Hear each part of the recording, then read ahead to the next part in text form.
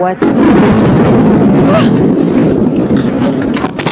এটা যুদ্ধ নয়, এটা নিষ্ঠুরতা, এটা সামরিক সংঘাত নয়, এটা এক রাষ্ট্রের ওপর কাপুরুষোচিত আগ্রাসন। সিরিয়ার রাজধানী দামেস্ক ঘুম ভাঙার আগেই বোমা আর ধ্বংসস্তূপে পরিণত হয় সিরিয়ার সেনাবাহিনীর কমান্ড হেডকোয়ার্টার। রাত 2:10 দামেস্ক শহরের দক্ষিণ পূর্বাংশ একটি কৌশলগত সেনা সদর দপ্তর। রাতের নীরবতা ছিন্ন করে হঠাৎ করে দামেস্কের আকাশে দেখা যায় আগুনের রেখা। ইসরায়েলের বিমান থেকে ছোঁড়া একের পর এক গাইডেড মিসাইল এসে পড়ে সিরিয়ার প্রতিরক্ষা বাহিনীর সদর দপ্তরের ওপর। প্রথম হামলা হয় কমিউনিকেশন ইউনিটে, দ্বিতীয় মিসাইল আঘাত হানে অপারেশনাল কন্ট্রোল রুমে, তৃতীয়টি বিস্ফোরিত হয় ঘুমন্ত সেনাদের ব্যারাকে, যেখানে ছিল 25 জন সৈন্য। এটা ছিল সুনির্দিষ্ট লক্ষ্যভিত্তিক, আগে থেকে গোয়েন্দা নজরদারিতে রাখা, নির্দিষ্ট সময়ে অবস্থান ও লোকবল শনাক্ত করে এই তাণ্ডব চালানো হয়। সিরিয়ান প্রতিরক্ষা মন্ত্রণালয় জানায়, হামলায় ব্যবহৃত হয় F-16 যুদ্ধবিমান ও ডালাইলা মিসাইল। মিসাইলগুলো ছিল জ্যামিং প্রতিরোধী ও ইলেকট্রনিকভাবে নিয়ন্ত্রিত, যাতে প্রতিরোধ করার সুযোগই না থাকে। এই হামলায় অন্তত 34 জন সেনা সদস্য নিহত হয়েছেন, যাদের মধ্যে ছিলেন 4 জন সিনিয়র অফিসার। অন্তত 55 জন আহত। সিরিয়ার এক উচ্চ পর্যায়ের সামরিক মুখপাত্রের মতে, এই হামলা আমাদের হেডকোয়ার্টারের হৃৎপিণ্ডে ছুরি বসিয়েছে। চোখে পানি নিয়ে এক বেঁচে যাওয়া সেনা জানায়, আমরা ঘুমোচ্ছিলাম, হঠাৎই দেওয়াল কেঁপে উঠল। চোখ খুলতেই দেখি আমার পাশের বিছানায় কেউ নেই।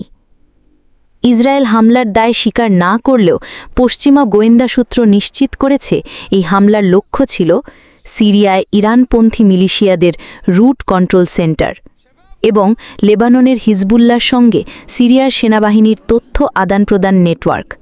অর্থাৎ ইসরায়েলের লক্ষ্য সিরিয়ার সামরিক সক্ষমতা নয়, বরং তার আঞ্চলিক বন্ধুত্বের জাল ছিন্ন করা।